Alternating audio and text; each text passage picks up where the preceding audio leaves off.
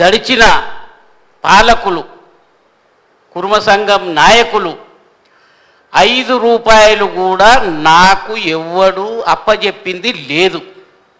5 రూపాయలు కూడా.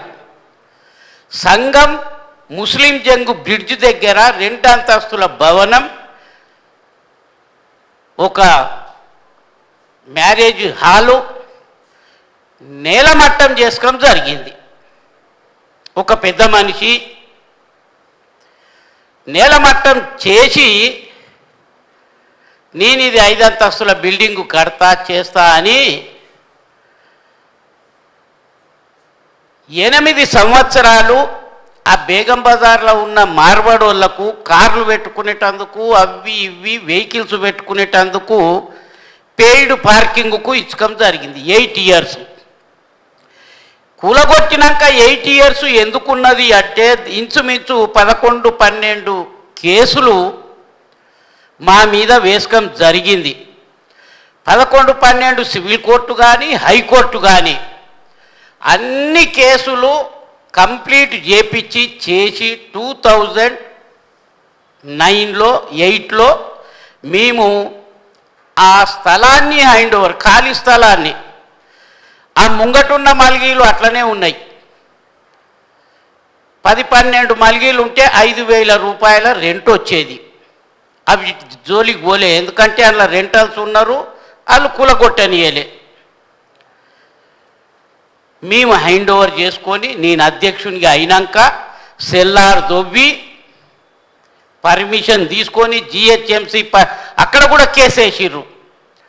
జిహెచ్ఎంసి మీద కూడా కోర్టుల కేసేసి ఆపకం జరిగితే మేము పర్మిషన్ తీసుకొనే 7,10,000 రూపాయలు ఫీజు కూడా మున్సిపాలిటీకి కట్టి పర్మిషన్ తీసుకొని ఆ భవనం స్టార్ట్ చేసిన.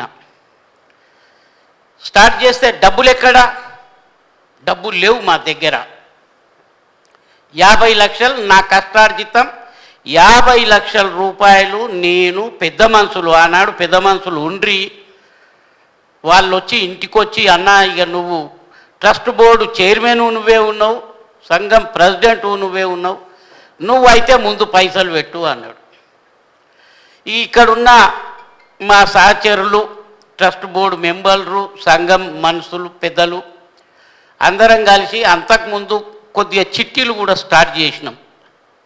అవి ఒక 40 లక్షల రూపాయలు జమ ఉండే. మేము ముందే తీసుకుంటాం, మెంబర్లకు చెప్పి ఫస్ట్ మంతే తీసుకుంటాం కనుక అవి ఒక 40 లక్షల రూపాయలు మా దగ్గర ఉండే. ఈ 50 లక్షలు పెట్టి 2 ఫ్లోర్లు స్లాబులు వేసి కుల పెద్దల దగ్గరికి, జర ఆర్థికంగా ఉన్న మా కుల పెద్దల దగ్గరికి జోలె పట్టుకొని తిరిగి చేసి ఒక ఆయన 2 లక్షలు ఇచ్చే కెపాసిటీ ఉన్న ఆయన 3 లక్షలు ఇచ్చిండు. 5 లక్షలు చాలా మంది ఇచ్చిర్రు. ఒక ఆయన 10 లక్షలు ఇచ్చిండు. మాకు శ్రీశైలంకి వెళ్ళి కూడా బీరప్రసాదనంకి వెళ్ళి 25 లక్షలు వచ్చినాయి. ఆ విధంగా వచ్చిన డబ్బుతోని ఒక 5 కోట్ల రూపాయలు పెట్టి 6 అంతస్తుల భవనం కట్టడం జరిగింది. ఈ 5 అంతస్తులు అయిపోయినాక పైన ఏదైతే ఉన్నదో మీటింగ్ పెట్టుకునేటందుకు లేదు అని పైన మంచిగా షెడ్ కట్టి మంచిగా తయారు చేసి అది కూడా కంప్లీట్ చేసి ఇప్పుడు ఏ మీటింగ్ అయినా అక్కడనే పెడుతున్నాం. ఇది సంఘం విషయం. ఇక యాదగిరిగుట్టలో సత్రాలు కట్టినాం. 1 ఎకరా స్థలానికి ఒక 2-3 గుంటలో తక్కువ ఉంటుంది. 26 లక్షలకు ఎకరా కొని ½ ఎకర్లో 63 రూములు కట్టడం జరిగింది. డోనర్సే, స్థలం డోనర్స్ పైసలే, కట్టకం డోనర్స్ పైసలే. అందులో సంఘం ప్రమేయం కానీ ఇతరుల ప్రమేయం కానీ ఎక్కడా లేదు. కాకపోతే కట్టిన దాతలందరూ కూడా కుర్మోళ్ళే, ఒకరు కూడా వేరే వ్యక్తి లేడు. అందుకని మా గోత్రం చండీశ్వర గోత్రం. కౌండిన్య గౌడ్సుగ్గిన ఎట్లున్నదో అట్లా మా గోత్రం చండీశ్వర గోత్రం. మేము చండీశ్వర సదనము అని పేరు పెట్టినము. అందులో ఉన్నోళ్ళు అంతా కురుమోళ్ళే కనుక కురుమల సత్రాలు అని కూడా పెట్టినము.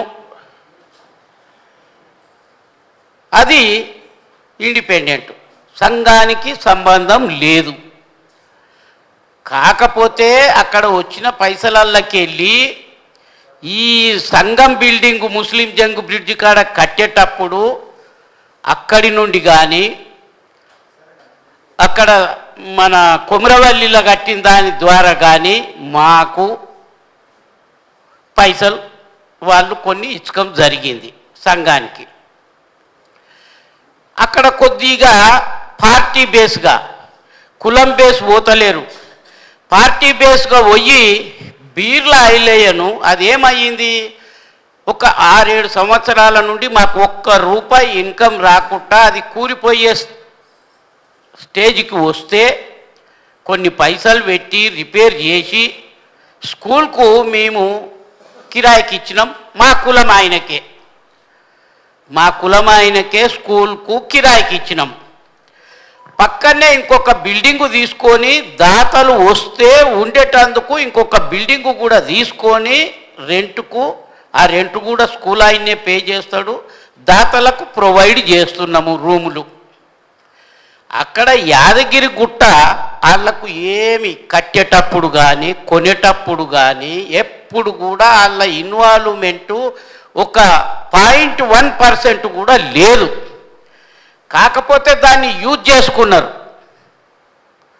ఇక అన్ని విధాలుగా ఫ్రీగా రూములు 2 అవసరం పడని 3 అవసరం పడని ఫ్రీగా ఒక వ్యక్తి, నేను ఇంకొక వ్యక్తి అని ఒక వ్యక్తే బీర్లైలయ్య అమ్ముకున్న బీర్లైలయ్యకు ఈ సదనానికి ఎలాంటి యాజ్ ఆన్ టుడే ఆయన ఎమ్మెల్యే కావచ్చు. యాజ్ ఆన్ టుడే బీర్ల ఐలయ్యకు సదనానికి ఎలాంటి సంబంధం లేదు. ఆయన ఇన్వాల్వ్మెంట్ ఎందుకు?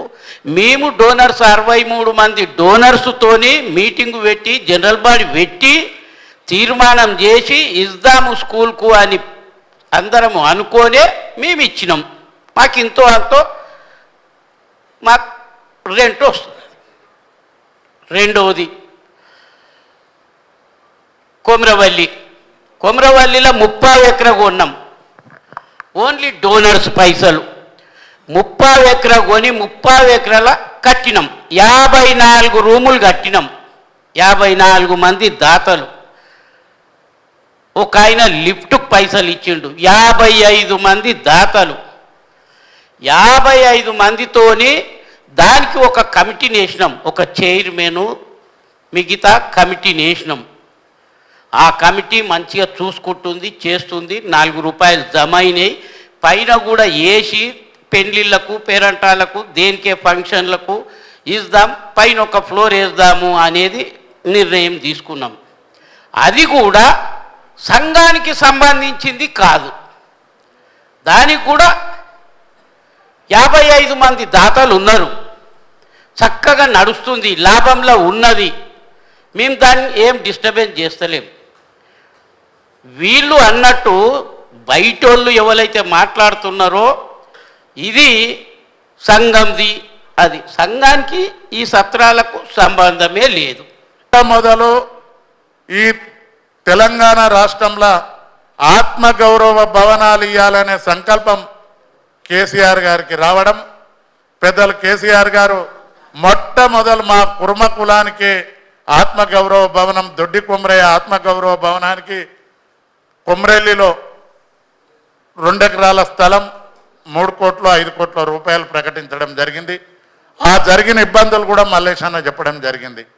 తర్వాత భారతదేశ స్థాయిలో జాతీయ షెపర్డ్ అంటే గొర్రెల కాపర్ల సమైక్య తరఫున తెలంగాణ రాష్ట్రం హైదరాబాద్లో మీటింగ్ పెట్టి ఆ మీటింగ్ రోజే తెలంగాణ తొలి ముఖ్యమంత్రి గారు కేసీఆర్ గారు భారతదేశ జాతీయ స్థాయి షెపర్డ్ ఇండియా గొర్రెల కాపరులను అందరినీ కూడా పిలిచి అప్పుడు మల్లేశాన్ని అడగడం, పెద్దలు భూమి ఇవ్వడం జరిగింది. 10 ఎకరాలు 10 కోట్ల రూపాయలు. అది కూడా మొట్టమొదలు తెలంగాణ రాష్ట్రంలో మా కుర్మలకే ఇవ్వడం జరిగింది.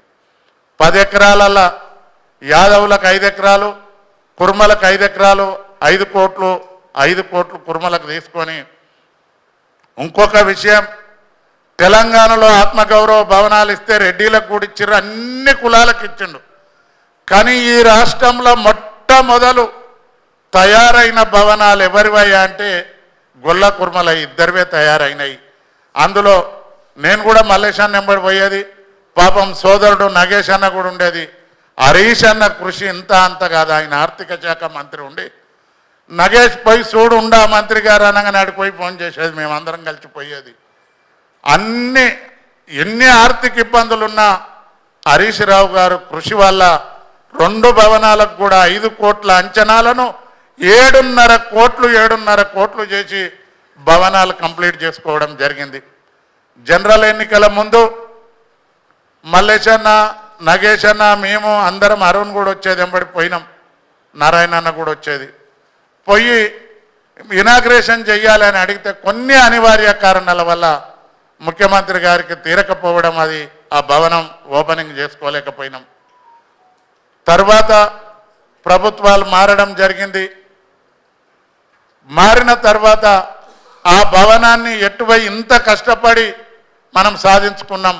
ఇవాళ ఆ భవనం విలువ దాదాపు 1000 కోట్లు భూమి విలువ ఉంటుంది. ఇంచుమించుగా ఇవాళ తెలంగాణ రాష్ట్ర కుర్మ సంఘం యజ్ఞమల్లేశన్న అధ్యక్షుడు అయిన తర్వాత ప్రభుత్వ పరంగా, సంఘ పరంగా, ట్రస్ట్ బోర్డు పరంగా జమైన ఆస్తుల విలువ దాదాపు రాష్ట్రంలో 2000 కోట్ల విలువ చేసే ఆస్తులు కుర్మ కులానికి ఇవాళ నిలబడ్డాయంటే గౌరవ పెద్దలు కేసీఆర్ గారి కృషి, ఆయన ఉదార స్వభావం, యజ్ఞమల్లేశన్న గారి కష్టం అనే విషయాన్ని నేను సభాముఖంగా చెప్తా ఉన్నా. ఆ తర్వాత భవనం ఇనాగ్రేషన్ అయినాక ఇప్పటి ముఖ్యమంత్రి పెద్దలు రేవంత్ రెడ్డి గారి సమక్షంలోనే ముఖ్యమంత్రి గారు మేమిడ ఇంజనీరింగ్ కాలేజ్ పెడతామంటే ముఖ్యమంత్రి గారు కూడా హర్షం వ్యక్తం చేసిండు. కానీ మల్లేశాన్ని ₹1 అడగలే. ఏమైనా మీరు ఇంతమందితోటి ఇంత పెద్ద మీటింగ్ పెట్టిర్రు, మనిషికి ₹1000 కూడా అడుగుతలేరు, నన్ను ఎవ్వరు పోయినా డబ్బులు అడుగుతారు అని స్టేజ్ మీదనే మా కులాన్ని అప్రిషియేట్ చేయడం కూడా జరిగింది. తర్వాత ఇంజనీరింగ్ కాలేజీ పరిస్థితులు అన్నీ కూడా తెలుసుకొని జూనియర్ కాలేజీకా ఎవరికన్నా ఇవ్వాలి అని చైతన్యతోటి, నారాయణతోటి, ట్రస్ట్ బోర్డు పెద్ద మనుషులు అందరూ కూడా కూర్చుర్రు. మమ్మల్ని కూడా మేము పిలిస్తే మేము కూడా పోయి బాగుంటుంది, ఒక పాఠశాల కట్టి కిరాయికి ఇస్తే లాభం వస్తుంది. కిరాయికి ఇచ్చేదాన్ని కొంతమంది సోదరులు మరి అవగాహన ఉండో తెలియకనో, సరే ఈ వాస్తవాలు తెలియక మాట్లాడుతుర్రో నాకు తెలియదు, కానీ రాష్ట్రంలో కుర్మలు అంటే ఒక హైదరాబాదులోనే లేరు. ఆదిలాబాద్ నుంచి కోదాడు వరకు అన్ని గ్రామాలల్లో మా కుల సోదరులు ఏదో వాళ్ళ కష్టం వాళ్ళు చేసుకొని ఆ బీరప్ప దేవుడి కృషి వల్ల ఎవరికి అన్నానికో బట్టకో పుట్టకో లోటు లేకుంటారు. కానీ సామాజికంగా, రాజకీయంగా, నాగరికంగా బాగా వెనుకబడి ఉన్నారు. అలాంటి కుర్మలకు ఈ ₹1 కోటి పైచిలకు రూపాయలు కిరాయికి వస్తే ప్రతి జిల్లాల నెలకొక్క భవనం కట్టించి 33 జిల్లాలలో హాస్టళ్ళు పెట్టి ఈ ₹130 సంవత్సరం పెరుగుతూ ఉంటే ఎన్నో పైసలు అయితే 33 హాస్టళ్ళు పెట్టి హైదరాబాద్తో పాటు నడిపియాలే. కుర్మ విద్యార్థులను విద్యాపరంగా కుర్మ జాతిని ముందుకు నడపాలనే సంకల్పంతో దీన్ని రెంట్కి ఇవ్వడం జరిగింది. కానీ ఎవరికో ఇక్కడ లేక లేదు. ఇవాళ ఇక్కడ కూర్చున్న వాళ్ళందరూ లక్షలలో ఇన్కమ్ ట్యాక్స్ కట్టేటోళ్ళు ఎవరేం తక్కువ లేరు. నోటికి వచ్చినట్టుగా సోషల్ మీడియా దగ్గర ఉందని ముంగట ఫోన్లు పెట్టుకొని మాట్లాడితే ఏదో మంచోని ఇజ్జత ఏదో చెడ్డోడు తీసినట్టుగా ఇట్లా చేయడం సమంజసం కాదు. వాళ్ళు అది ఇచ్చే ముందు ఈ తెలంగాణ రాష్ట్రంలో ఉన్న కుర్మ పదాధికారులను అందరినీ కూడా పిలిచి జనరల్ బాడీ మీటింగ్ పెట్టడం జరిగింది. రాష్ట్రంలో ఉన్న కుర్మలు ఎవరిదో ఒకరిది కాదు, తెలంగాణ రాష్ట్ర కుర్మ సంఘం ట్రస్ట్ బోర్డు ఆస్తులన్నీ కూడా బుడ్డగోసి పెట్టుకున్న కుర్మ సోదరుని కాడికి వెళ్ళి బెంజిల తిరిగే కుర్మ సోదరునికి వరకు సమాన హక్కులే. తెలంగాణ రాష్ట్రంలో 33 జిల్లాలల్లో వెనుకబడి ఉన్న కుర్మలు ఏ విధంగా అభివృద్ధి చెందుతారో ఒకసారి ఆలోచించండి. సోదరులారా, మీకు అన్ని వసతులు ఉంటే ఏ కుర్మోనికన్నా ఒకరికన్నా ఎవరికన్నా సమాజంలో ఇబ్బంది పడ్డానికి ఎవరికన్నా సాయం చేసిన మనసులు ఎవరన్నా ఉర్రా చెప్పండి. ఏది లేదు, సోషల్ మీడియాలో మాటలు మాట్లాడడం.